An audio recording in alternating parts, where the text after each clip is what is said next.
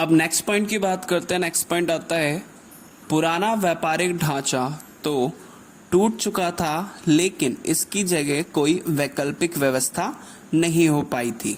इसमें कहने का मतलब ये है कि यहाँ पे जो साम्यवादी व्यवस्था थी वो टूट चुकी थी।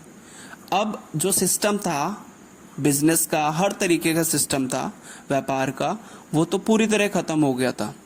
लेकिन अब दूसरा जो इसकी जगह व्यवस्था, वो पूर्ण रूप से उतनी जल्दी नहीं आ पाई जितना उसे आना चाहिए था।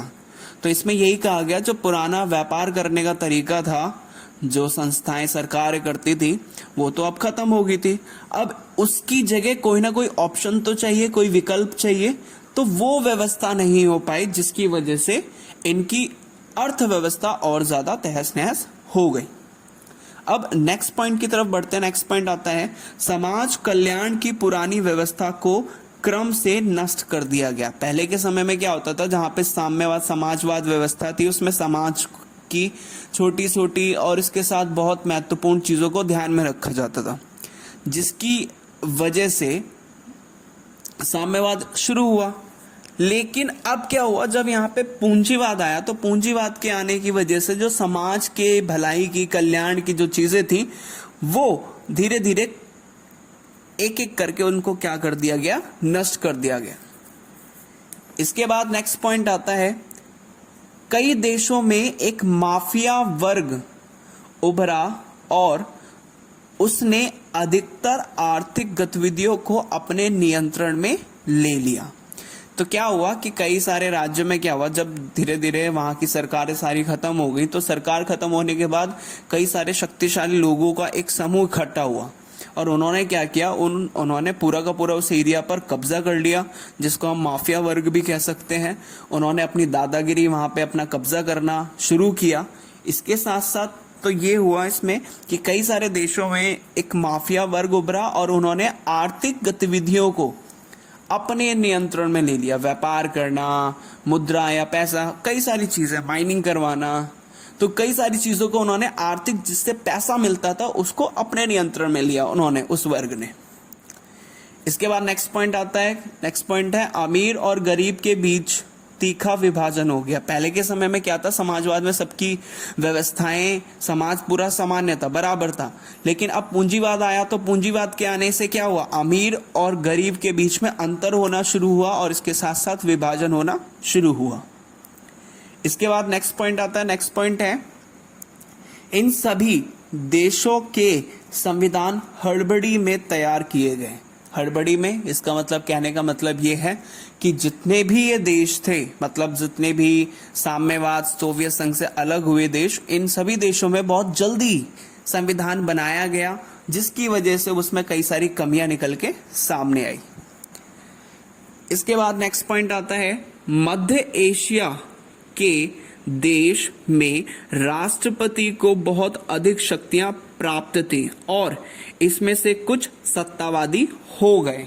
इसमें कहने का मतलब इनका क्या है कि जो मध्य एशिया था, मध्य एशिया में क्या किया गया, जैसे अब सरकारें बनती जा रही हैं, तो सरकारें बनने के साथ साथ अब जो पावर है उसको भी दिया जा रहा है, अलग व्यवस्थाएं की जा रही हैं। तो क्या हुआ कि जो मध्य एशिया के कुछ देश थे, उसमें क्या हुआ, राष्ट्रपति को बहुत ज्यादा शक्तियां दे दी। और राष्ट्रपति को जब ज्यादा शक्तियां मिल गई, तो उन्होंने उस शक्ति का इस्तेमाल किया और अपनी सत्ता, अपनी पावर चलानी शुरू की गई।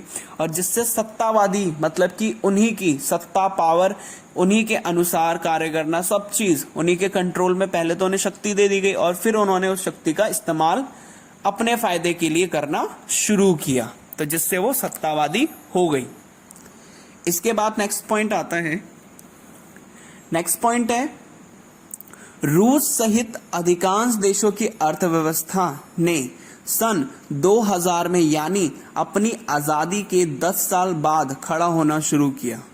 मतलब कि जब रूस की जो अर्थव्यवस्था थी, वो उसके आजादी के 10 साल बाद पटरी पर आना शुरू हुई, या फिर 10 साल बाद फिर से खड़ी होना शुरू हुई।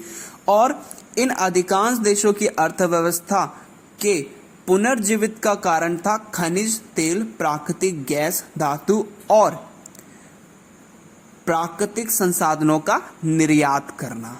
इनका कहने का मतलब ये है कि रूस की जो अर्थव्यवस्था थी वो रूस के अर्थव्यवस्था आज़ादी के 10 साल बाद, मतलब 2000 में आज़ादी के 10 साल बाद फिर से पटरी पर आना, फिर से काम करना, फिर से अपनी व्यवस्थाएं, व्यापार की कई सारी चीज़ों को फिर से लाना शुरू किया। फिर से धीरे धीरे वो खड़ी हुई और इसी के साथ साथ और इन्होंने अपनी अर्थव्यवस्था को खड़ा कैसे किया, मतलब फिर से इन्होंने अर्थव्यवस्था कैसे चलाई, किसकी मदद से चलाई, प्राकृतिक संसाधनों की, उनको निर्यात करना, उनको भेजना शुरू किया, जिसकी वजह से इनकी अर्थव्यवस्था फिर से शुरू हुई। इन्होंने तेल, प्राकृतिक गैस, धातु जैसे प्राकृतिक संसाधनों का इन्होंने क्या किया, निर्यात किया, उनको बाहर दूसरे देशों को बेचना शुरू किया, जिसकी वजह से इनकी अर्थव्यवस्था फिर से चलनी शुरू हुई। तो हमने ये टॉपिक पढ़ा, टॉपिक जो हमारा था शॉक थेरेपी के परिणाम। तो ये सारे के सारे परिणाम आप लिख सकते हैं, इससे पहली वाली वीडियो में भी परिणाम बताए गए हैं और इस वाली वीडियो में ये पूरे परिणाम हैं जिसके आप बता सकते हैं। अगर आपसे क्वेश्चन पूछा जाता है कि शॉक थेरेपी के परिणाम बताइए या शॉक थेरेपी से क्या क्या परिणाम निकले, तो आप ये सारे लिख सकते हो, ये सारे एज इट इज आप लिख सकते हो, कोई परेशानी नहीं है। बहुत ही ईजी है, बहुत ही आसान है।